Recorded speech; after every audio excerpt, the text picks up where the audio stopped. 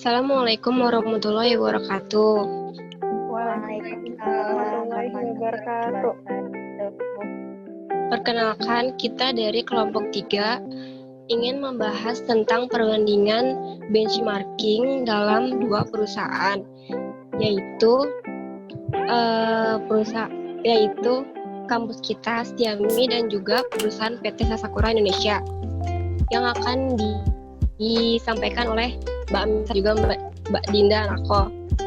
Lalu saya ingin memperkenalkan anggotanya dulu, yaitu yang pertama saya sendiri, yaitu Puji Nurjana. Saya Dinda Fadila. Saya Melsa Anindika.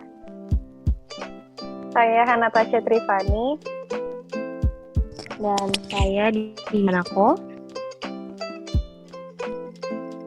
Gimana nih kabar teman-teman semua? Baik, alhamdulillah. Alhamdulillah. Silakan kepada narasumber untuk menjelaskan nama perusahaan dan bidangnya apa. Yang pertama boleh Kak Dinda dulu. Oke, terima kasih Puji. Semuanya, Assalamualaikum warahmatullahi wabarakatuh. Waalaikumsalam warahmatullahi wabarakatuh. Semoga buat teman-teman yang lihat Zoom kita, tugas kita ini semoga dilancarkan segala urusannya dan kesehatannya juga. Di sini aku cuma mau memperkenalkan, aku Dinda Hanako. Aku staf HRD GA dari perusahaan Sasakura Indonesia yang terletak di Pulau Gadung, kawasan industrial, mana perusahaan tersebut itu mempunyai bidang fabrikasi baja. Itu cukup. Lalu silakan Mbak Melsa. Halo, nama saya Melsa. Saya dari bagian Karir dan Hubungan Alumni Institut Setiami. Ya, Setiami sendiri didirikan pada tahun 1983 dan mempunyai cabang di Jabodetabek ya. Untuk nama-nama kampusnya sekarang udah ada kampus A, kampus B, kampus C, kampus D, E, dan F. Nah, bagian saya sendiri di Karir dan Hubungan Alumni itu termasuk bagian baru karena baru dibentuk pada tahun 2018. Mungkin itu aja Mbak Puji. Oke, baik, terima kasih untuk perkenalan perusahaannya masing-masing. Lalu selanjutnya kita ke sesi pertanyaan ya. Silakan, ada yang mau bertanya? Aku izin bertanya ya, boleh ya? Izin bertanya. Aku ingin nanya ke Kak Dinda sama Kak Melsa. Aku manggilnya kakak aja ya biar lebih enak. Kak Dinda sama Kak Melsa, bagaimana proses administrasi pada bagian kalian masing-masing? Proses administrasi di bagian kalian masing-masing nih, di HRD Kak Dinda, terus di bagian karir dan alumni ada Kak Melsa. Mungkin ada yang mau jawab duluan? Mungkin aku dulu aja kali ya. Jadi kebetulan ini kan kita tentang branding merch ya, itu kan perbandingan antar perusahaan. Dan kebetulan aku sendiri ini HRD GA staff di PT Sasakura Indonesia. Di sini aku mau nanya lagi bagaimana proses administrasi ya. Administrasi HR sangat panjang, administrasi GA juga sangat panjang gitu kan.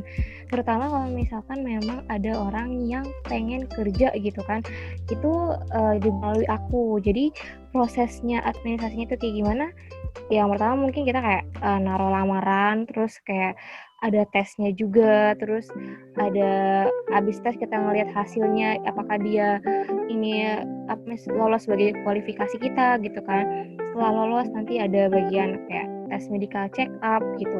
Dan di sini juga kayak bagian terpenting administrasinya. Kenapa? Karena di dalam suatu perusahaan ini dan perusahaan aku ini banyak banget yang kayak terlalu kayak pencemaran sih jatuhnya ya. Jadi kesehatan itu juga sangat penting gitu kan.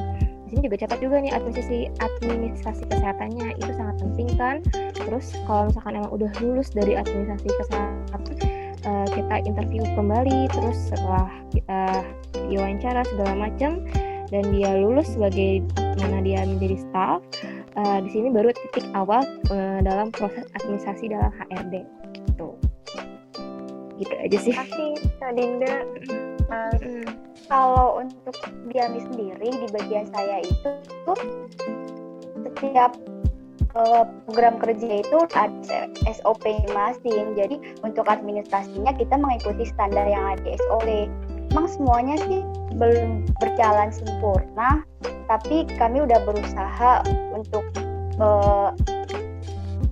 menyesuaikan dengan standar yang ada di SOP tersebut.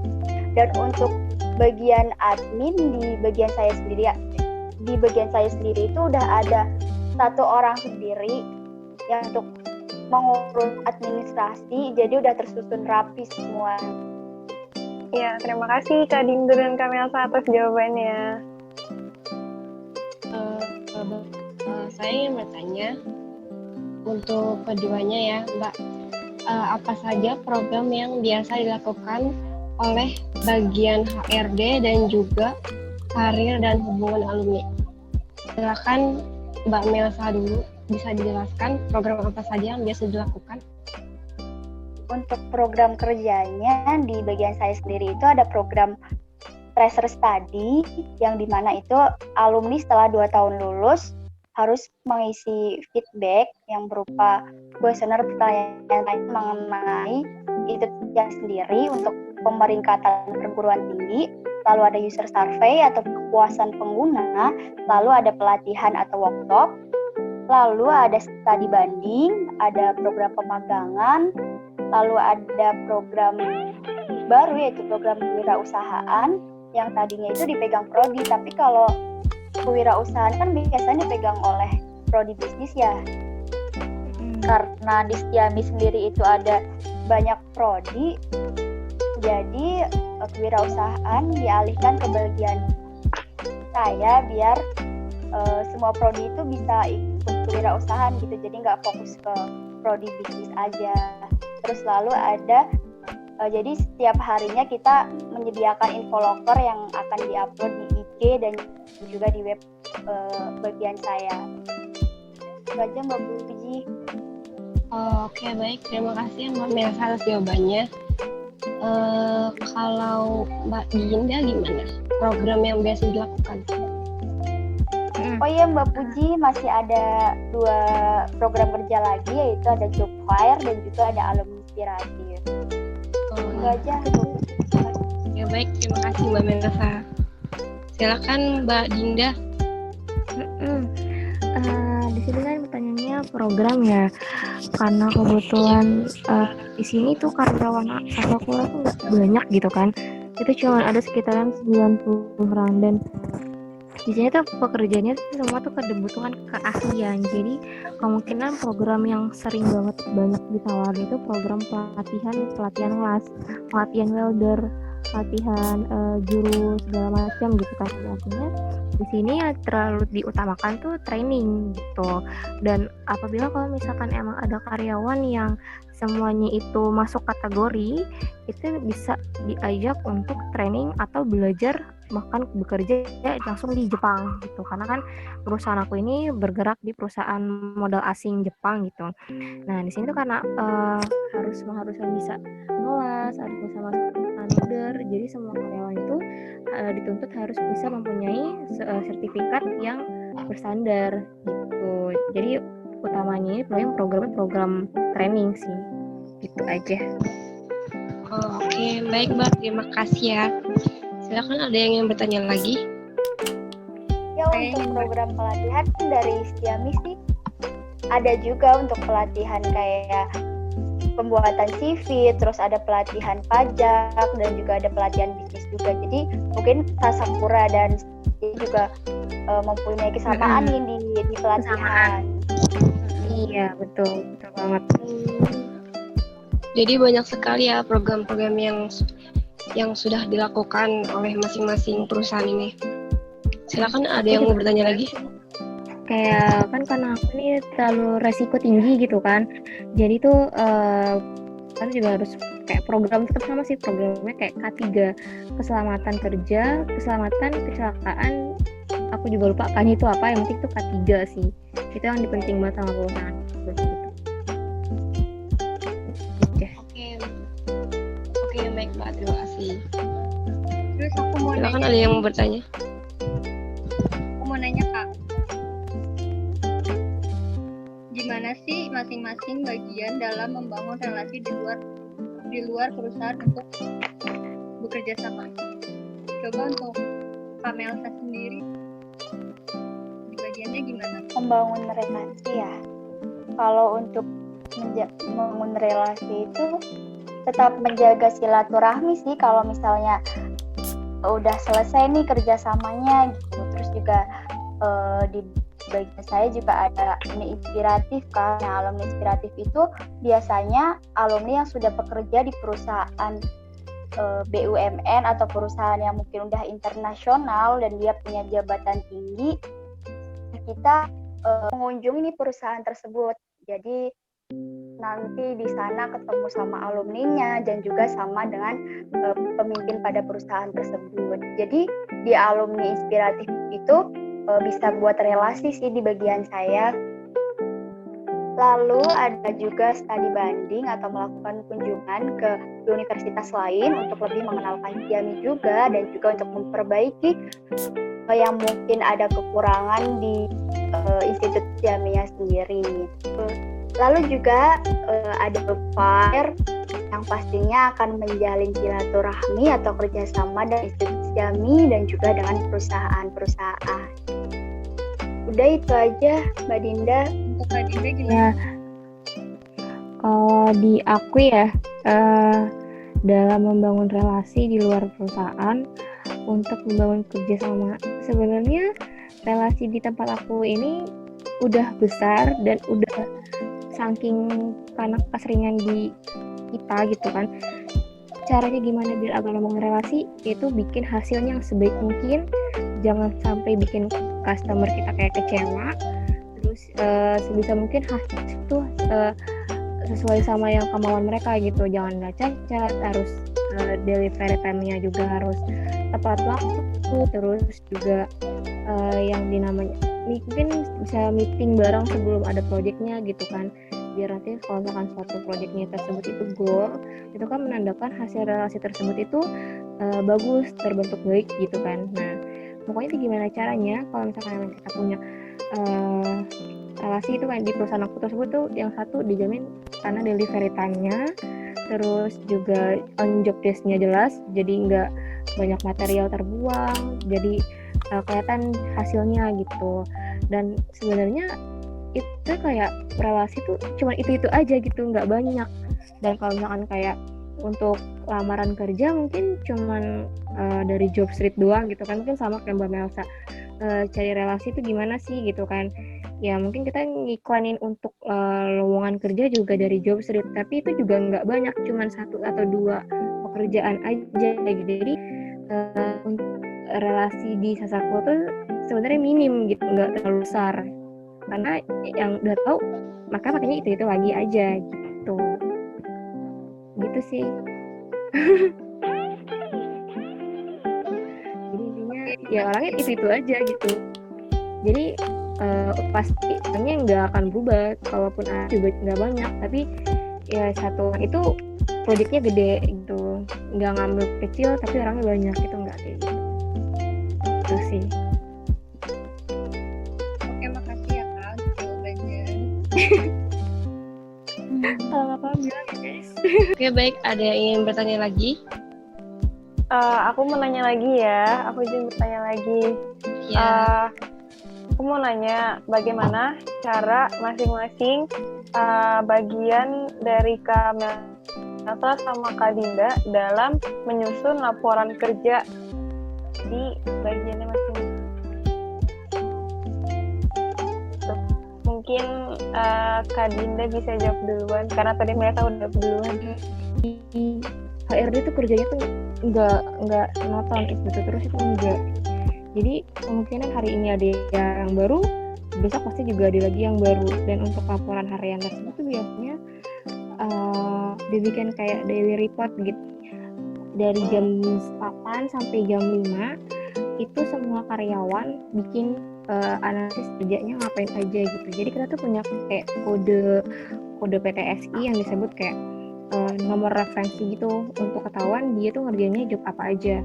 Nah, di dalam udah ngerjain itu kemungkinan nanti laporannya ke aku gitu buat input, dan dari semua karyawan tersebut aku input, aku kasih ke bagian yang selanjutnya, itu bagian finance, untuk menandakan kalau project ini tuh lagi dikerjain, terus lapornya hasilnya dari aku juga. Kode PTSI, jadi PT Sasakura Indonesia, dan itu kodenya itu setiap pekerjaan semua karyawan itu pasti punya namanya job kode. Nah, di situ tuh nanti kalau misalkan mereka satu hari itu ngerjain, biasanya sih mereka ngumpulin dalam 1 minggu. 1 minggu tuh pakai form, terus nanti laporannya ke aku. Nanti aku input laporan nanti job desk-nya ke HRD buat mengetahui kalau kayak fabrikasi ini lagi dikerjain nih. Terus ada lemburannya juga, jadi ketahuan overtime mana atau project mana yang hasilnya lebih besar, buat ngebandingin nilai jual sama pengeluarannya gedean mana gitu. Berarti kalau dari Kak Dinda sebagai HRD itu aku ngambil kesimpulannya ya, yang Kak Dinda itu tadi jawabannya, jadi karyawan itu punya daily reportnya masing-masing. Nah terus setiap karyawan juga punya kode PTSI untuk mengisi yang mana dia itu di situ melaporkan proyek apa yang sedang dikerjakan. Itu tadi dikumpulinnya setiap 1 pekan gitu, apa 1 hari? 1 minggu. Setiap 1 pekan dikasih ke HRD, nanti HRD menyampaikan ke finance gitu ya? Iya, gitu. Oke, terima kasih Kak Dinda. Sekarang Kak Melsa dari Setiami. Iya, untuk di Setiami sama sih sama kayak di PT Sasakura. Jadi kita punya namanya daily activity. Jadi kita harus login ke web, kita punya username dan passwordnya masing-masing. Di situ kita mengisi kita ngerjain apa aja sih hari ini, dan juga ada realisasinya berapa persennya. Daily activity itu bisa dilihat oleh kepala bagian sendiri, dan juga HRD bisa mengakses daily itu buat report bulanan. Bedanya kalau daily di Institut Setiami itu laporannya per hari, kalau di Sasakura 1 minggu ya. 1 minggu, dan ini tuh masih manual. Melsa udah pakai sistem lebih keren, ya, lebih pakai canggih. Sistem. Itu aja Mbak Tasya. Oke, terima kasih Kak Melsa sama Kak Dinda. Sama-sama. Oke, baik. Sekarang saya ingin bertanya nih sama Mbak Melsa, gimana sih caranya bagian karir Setiami dapat memastikan atau mengusahakan bahwa lulusan Setiami agar dapat pekerjaan? Gimana tuh, Mbak? Jadi itu sebelum sidang, mahasiswa itu harus mengisi form baik manual maupun sistem. Di situ tuh ada di mana dia bekerja gitu. Nah, kalau dia yang belum bekerja itu nomornya dimasukin di grup. Nah, nanti di situ ada share loker nih. Siapa tahu mereka butuh kan. Dan setiap hari kan bagian saya juga nge-share info loker di IG dan juga di web gitu. Memang sebenarnya bagian saya juga belum bisa membuktikan kalau alumni itu udah bekerja apa belum, karena emang jadi untuk pimpinan Institut Setiami itu sendiri belum aware ke bagian kami gitu. Untuk loker sebenarnya itu masih kurang dibandingkan dengan kampus-kampus lain. Itu aja sih Mbak Puji. Oke, baik Mbak. Terima kasih atas jawabannya. Silakan ada yang mau bertanya kembali. Oh iya Mbak Puji, terus juga ada job fair yang nantinya bisa diikuti oleh semua aktivitas akademika Institut Setiami, baik alumni, mahasiswa, dan juga umum juga boleh ikut. Itu Mbak Puji. Oke, baik Mbak. Terima kasih. Silakan ada yang mau bertanya kembali. Saya ingin menanya lagi sama untuk keduanya. Gimana prosedur administrasi untuk diajukan kepada perusahaan lain perihal kerjasama antar perusahaan? Mungkin gini ya, apa namanya? Aku tuh sebenarnya untuk bagian HRDJ ini juga bingung nih, mengajukan perusahaan lain itu gimana. Biasanya kalau di Sasa Sakura sendiri itu mengadakan kayak penawaran atau kayak perbandingan harga atau pembandingan dalam tipe atau merek barang gitu kan. Biasanya ini aku kalau untuk administrasi sih kayak kurang gitu kan, tapi kalau untuk ke GA-nya sendiri aku tuh lebih banget biasanya kayak beli-beli barang gitu kan, entah beli barang situ ban untuk mobil perusahaan gitu kan. Aku juga tahu nih harus merek-merek apa aja yang namanya disebut kayak ban ini bagus loh, tapi toko ini harganya lebih murah gitu kan. Jadi tuh sebisa mungkin untuk proses administrasinya itu kemungkinan aku minta penawarnya dulu gitu.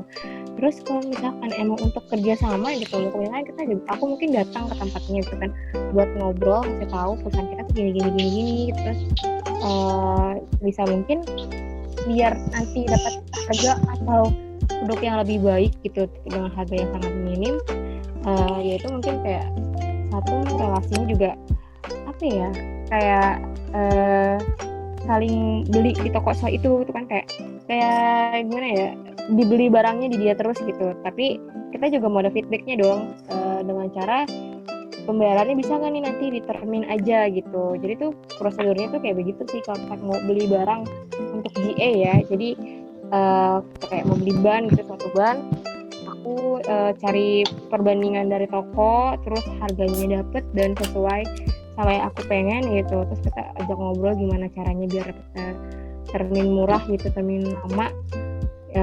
Terus nanti untuk administrasi selanjutnya kurang lagi juga ke finance. Ya, penawaran lah intinya. Makasih ya Kak Dinda. Sekarang untuk Kak Melsa, gimana di Setiami sendiri? Iya, kalau di Setiami sendiri untuk perihal kerjasama dengan perusahaan luar itu masuknya ke sekretariatorat. Jadi bagian saya itu hanya sebagai mediasi sih, kayak yang lebih menyerahkan MOU tersebut ke perusahaannya langsung. Tapi untuk lebih pengadministrasian itu lebih ke sekretariat rektorat, masuknya ke sana gitu. Jadi nggak ada hubungannya sama sekali. Iya, tapi yang sebenarnya yang realistisnya sih di bagian saya, karena mereka yang datang ke perusahaan, mereka yang menyerahkan. Tapi untuk pengarsipan masuknya ke sekretariat rektorat. Gitu. Berarti bisa jatuhnya ya? Iya, jatuhnya di rektorat tuh ada bagian kerjasamanya sendiri gitu. Jadi kolaborasi sih jatuhnya ke bagian saya sama bagian kerjasama rektorat. Bagian saya berarti juga berarti nunggu dari yang sekretariat ya, baru benar. Iya bukan sih? Baru nanti bagian Mbak Melsa baru. Jadi karena untuk tanda tangan dan segala macam kan dari rektor juga kan, bukan dari saya gitu. Jadi hanya sebatas perantara. Mungkin kalau di dalam perusahaan aku Mbak Melsa ini yang pertama, karena kan aku penawaran dalam minta perantara harga gitu kan ya. Udah, makasih ya untuk Mbak Melsa dan Kak Dinda jawabannya. Ya, sama-sama. Ada lagi pertanyaannya kan?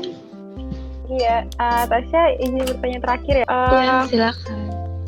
Jadi gimana cara divisi kalian menjaga kualitas dari setiap anggota di divisi kalian masing-masing?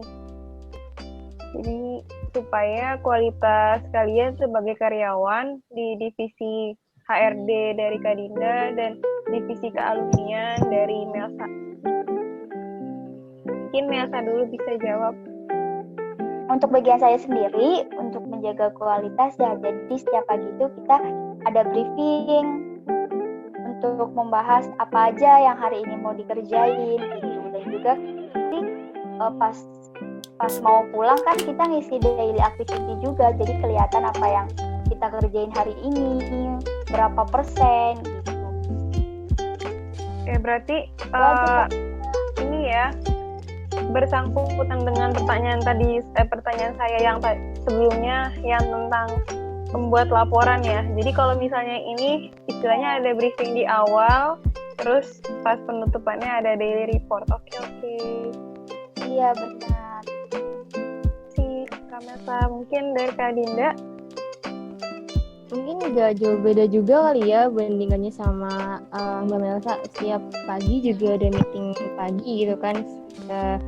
Jadi di kantor aku setiap hari ada senam, terus nanti kemudian dilanjutkan dengan ada meeting pagi yang sebenarnya meeting pagi itu mengingatkan schedule atau job desk setiap divisi masing-masing gitu.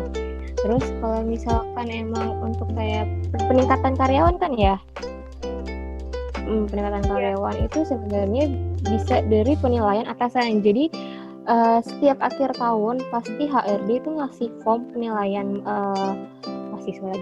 karyawan buat nanti kayak istilahnya buat nanti naik ke kenaikan gaji. Dan peningkatan tersebut itu sangat berpengaruh karena apa? Karena kan setiap hari kita bekerja sama atasan kita masing-masing setiap divisi, dan kalau misalkan emang atasan kita itu tahu kita kerjanya benar, terus tahu kita paham dulu atau satu kali perintah langsung ngerjain gitu kan, sebenarnya kan itu atasan bikin senang kan. Nah setiap tahun akhir tahun biasanya HRD itu ngasih form untuk nama siapa dan segala macam, dan itu tuh ada tingkatannya. Jadi kalau misalkan emang di atas rata itu bisa banget gaji itu kan, kenaikan gaji itu naik beberapa persen gitu. Tapi kalau misalkan dia cuman kayak standar aja atau flat pun tetap ada kenaikan gajinya, cuman paling 0, sekian, tapi itu nggak banyak, paling peningkatan kayak gitu aja. Jadi kita sebenarnya sadar diri juga sih kita harus kerjain apa, juga harus mungkin udah cepet gitu kan, biar hasilnya itu nanti memuaskan di belakang gitu. Itu aja sih. Ya sama sih, di STEMI juga seperti itu. Jadi itu emang tugasnya HRD ya. Jadi HRD itu yang kasih form ke bagian yang lain gitu. Buat penilaian karyawan, penilaian mahasiswa, penilaian dosen gitu kan ya. Iya, mungkin untuk penaikan jabatan ataupun kenaikan. Iya benar. Hampir sama mungkin gitu. Gitu aja sih. Makasih Kak Melsa dan Kak Dinda. Ya, sama-sama. Jadi kesimpulan kali ini yang pertama yaitu laporan hariannya kampus Tiami sudah menggunakan sistem web. Lalu PT Sasakura Indonesia masih menggunakan manual. Iya, benar banget. Mungkin dari Tasya atau Dinda mau menambahkan kesimpulannya? Iya, izin menambahkan ya. Kalau dari aku tadi kan aku nanya tentang proses administrasi.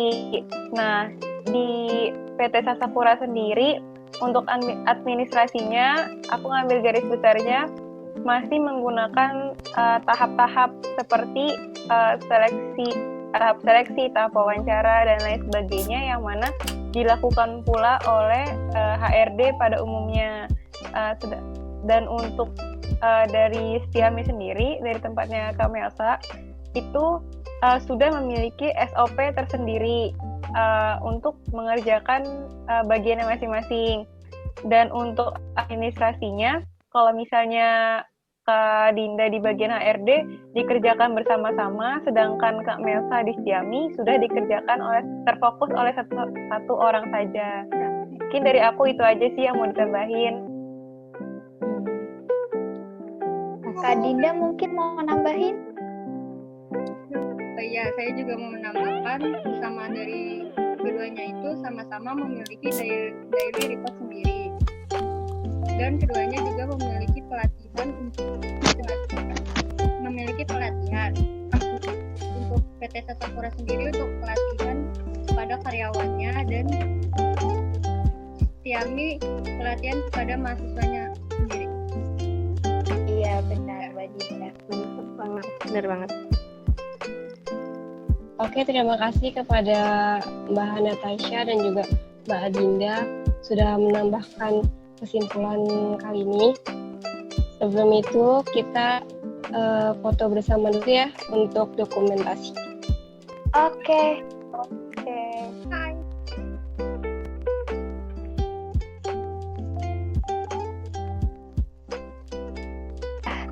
Oke. Oke, terima kasih buat yang udah nonton. Terima kasih juga untuk para narasumber kita, yaitu Mbak Melsa dan juga Mbak Dinda Hanako yang sudah meluangkan waktunya untuk diwawancarai. Sama-sama Mbak Puji. Apabila ada salah kata, mohon dimaafkan ya. Assalamualaikum warahmatullahi wabarakatuh. Waalaikumsalam warahmatullahi Waalaikumsalam warahmatullahi wabarakatuh. wabarakatuh.